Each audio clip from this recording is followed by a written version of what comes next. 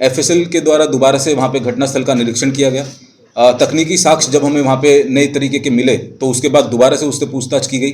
जब उसके पास में कुछ कहने को नहीं बचा तो उसके द्वारा जो अपराध है उसके अंदर अपनी भूमिका स्वीकारी गई है। उसने स्वीकारा है कि वो उस समय पे शराब के नशे में था। पूछताछ के अंदर ये भी पाया गया है कि बच्चे उसे बार बार नपुंसक कह करके चिढ़ाते थे, क्योंकि उसकी पत्नी भी उसे छोड़ करके काफ़ी समय पहले चली गई थी, जिस वजह से उसका जो व्यवहार था वो काफ़ी असामान्य हो गया था। क्या एक बोर्ड का गठन किया गया था पीएमसीएच के अंदर, उनके द्वारा भी रेप और हत्या की पुष्टि की गई।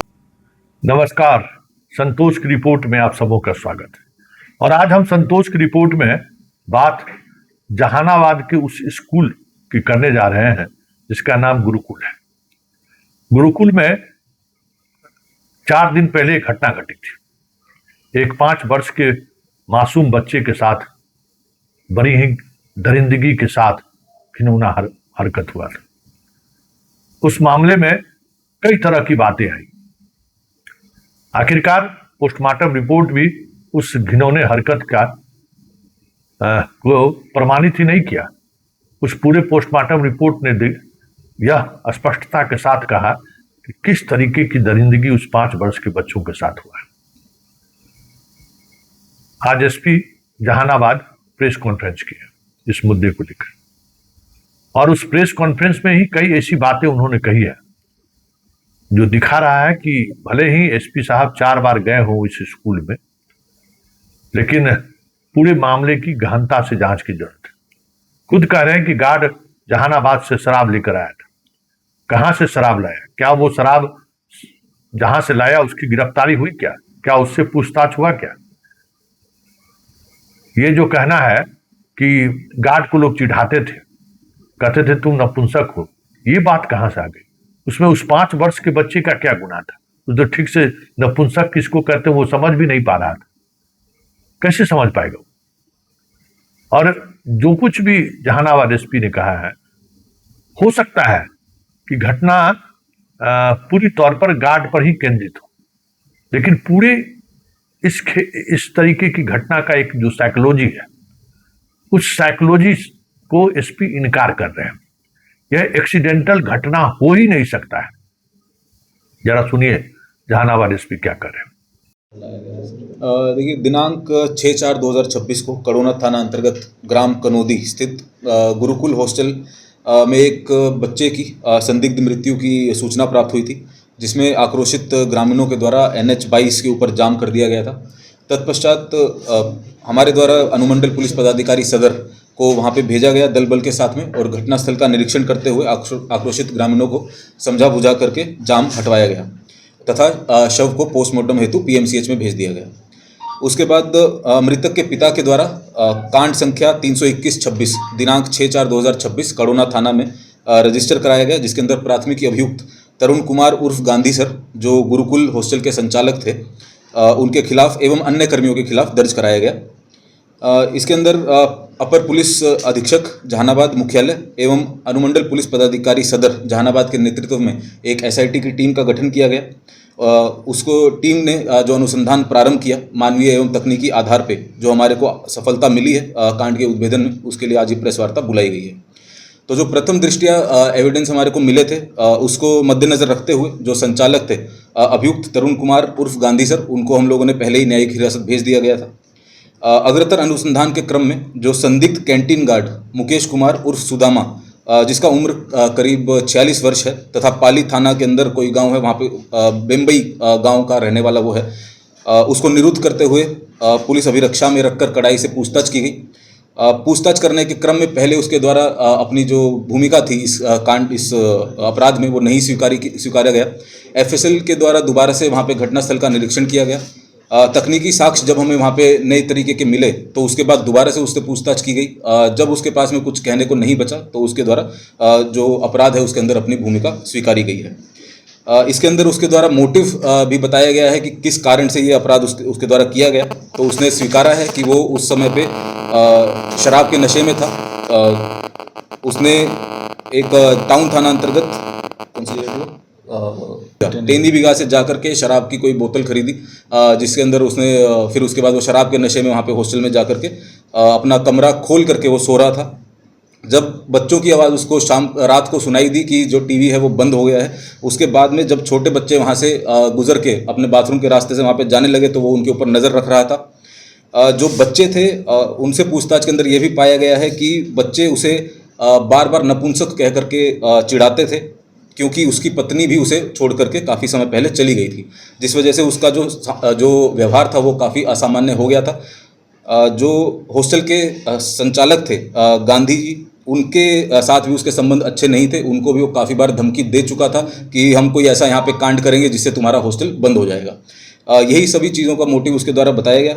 और ये स्वीकृति बयान के बाद जब उसे क्रॉस क्वेश्चनिंग के अंदर पूछा गया अन्य साक्ष्यों के बारे में, तो उसके द्वारा वो भी स्वीकार किया गया, जिससे हमें एफएसएल की टीम की मदद से जो उसका किचन सिंक है वहाँ पे भी हमें ब्लड के पार्टिकल्स मिले। जो एक उसका बाथरूम है, बाथरूम के बाहर जो खिड़की लगी हुई है उसके बाहर एक धारदार हथियार ब्लेड टाइप का वो भी हमारे को मिला, उसके ऊपर भी खून के पार्टिकल मिले हैं। इसके बाद में जो उसकी सीसीटीवी को जब खंगाला गया तो उसके अंदर भी जो उसका व्यवहार है वो काफ़ी असामान्य लग रहा है। वो ऊपर नीचे सीढ़ियों में काफ़ी बार हमारे को होते हुए दिखाई दे रहा है। ये सब चीज़ों को मद्देनज़र रखते हुए मुकेश कुमार उर्फ सुदामा को हम लोगों ने कल न्यायिक हिरासत में भेज दिया गया है, तथा जितने भी एविडेंस इसके अंदर आए हैं उनको भी हम लोगों ने एफएसएल भेज दिया गया है ताकि मिलान किया जा सके। मृतक का पोस्टमार्टम रिपोर्ट कल प्राप्त हो गई थी। उसके अंदर इंडिपेंडेंट 3 डॉक्टर्स का एक बोर्ड का गठन किया गया था पीएमसीएच के अंदर। उनके द्वारा भी रेप और हत्या की पुष्टि की गई। मुकेश कुमार के खिलाफ स्पीडी ट्रायल चलाकर उसको सख्त से सख्त सजा दिलाने के अंदर हम लोग अभी अग्रसर कार्रवाई कर रहे हैं। जिला पदाधिकारी जहानाबाद महोदय के द्वारा भी सभी हॉस्टलों के जांच के लिए एक धावक दल का गठन किया गया है। तो दोबारा से एक बार हम जो एसआईटी के जो पदाधिकारी थे और नेतृत्व एडिशनल एसपी हेडक्वार्टर और एसडीपीओ सदर के साथ साथ जो अन्य पदाधिकारी थे वो लोग थे रघुनाथ प्रसाद सर्कल इंस्पेक्टर नगर, पुअनी देवकांत वर्मा थानाध्यक्ष कड़ोना, प्रशिक्षु पुअनी अविनाश कुमार, एएसआई गौतम कुमार तकनीकी शाखा, सिपाही श्याम कुमार, सिपाही श्रीराम शाह, सिपाही सुजीत कुमार, सिपाही मनीष राज और चालक सिपाही अजीत कुमार। इनको भी हम दोबारा से एक बार बधाई देते हैं और इनको भी जो ये घटना का उद्भेदन है उसके अंदर इनको भी रिवोर्ट किया जा रहा है। गांधी का क्या रोल था सर? देखिए, इसके अंदर जो प्रथम दृष्टया हमें मिला है तो गांधी जो थे, जो संचालक थे, उनके सोफे के ऊपर भी हमारे को ब्लड के स्पॉट्स मिले थे। उसको भी हम लोगों ने मिलान के लिए एफएसएल में भेजा है। जो उनके द्वारा स्टार्टिंग के अंदर घटना को छुपाने के क्रम में या फिर अपनी जिम्मेवारी से भागने के क्रम में उनके द्वारा बयान दिया गया कि बच्चे का जो एक्सीडेंट हुआ है जिस वजह से ये चीज़ हुई है वो भी काफ़ी संदेहास्पद था।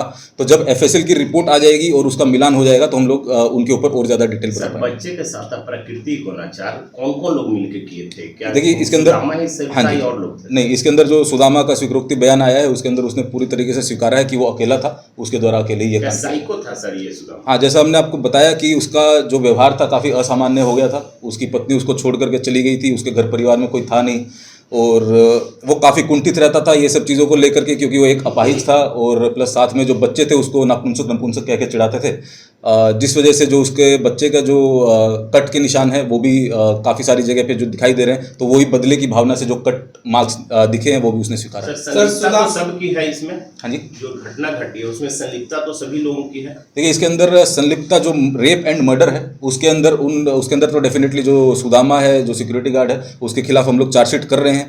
जो अन्य धाराएं हैं जिसके अंदर जो हॉस्टल का संचालक थे एवं अन्य कर्मी थे उनके ऊपर अभी डिसीजन फाइनल नहीं हुआ है। जैसे ही एफएसएल की रिपोर्ट आ जाएगी हम लोग उसके तो आपने सुना जहानाबाद एसपी क्या कर रहे हैं।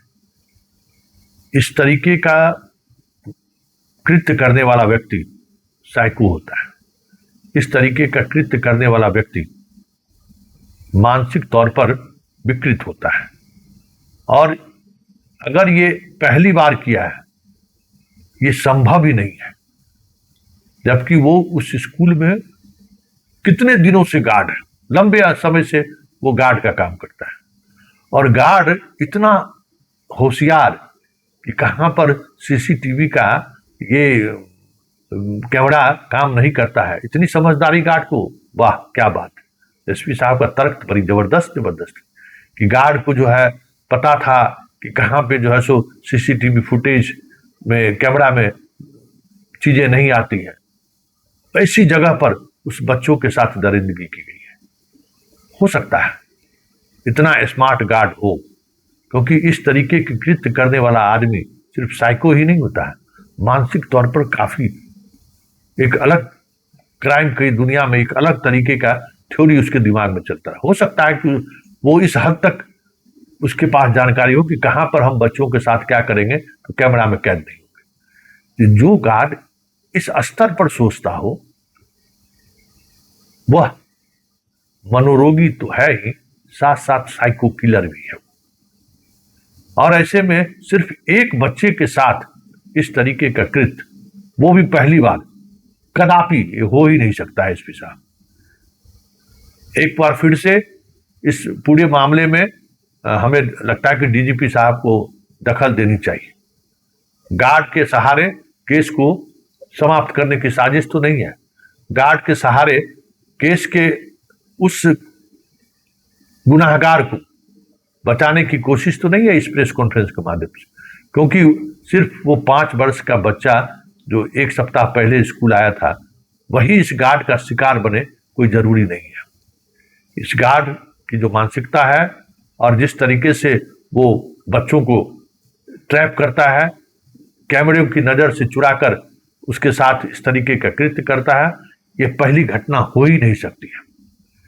एसपी साहब जितना भी कह ले, लेकिन हमें लगता है कि इस मामले में जितने लड़के और लड़कियां भी वहां रहती थी, सबों से पूछताछ होनी चाहिए और गहनता से पूछताछ होनी चाहिए, तो एक बड़े इस तरीके का खेल रैकेट का खुलासा हो सकता है।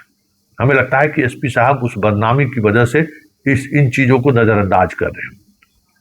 तो आपके नजरअंदाज करने से भले मामला प्रकाश में ना आए, लेकिन जितने बच्चों और बच्चियों के साथ अगर कोई घटना घटित हुई होगी इस स्कूल में, वो बच्चे और बच्चियां आपको माफ कभी नहीं करेंगे, क्योंकि वो डर से हो, लोक लज्जा से हो, या जिस वजह से हो, चुप है ये अलग बात है।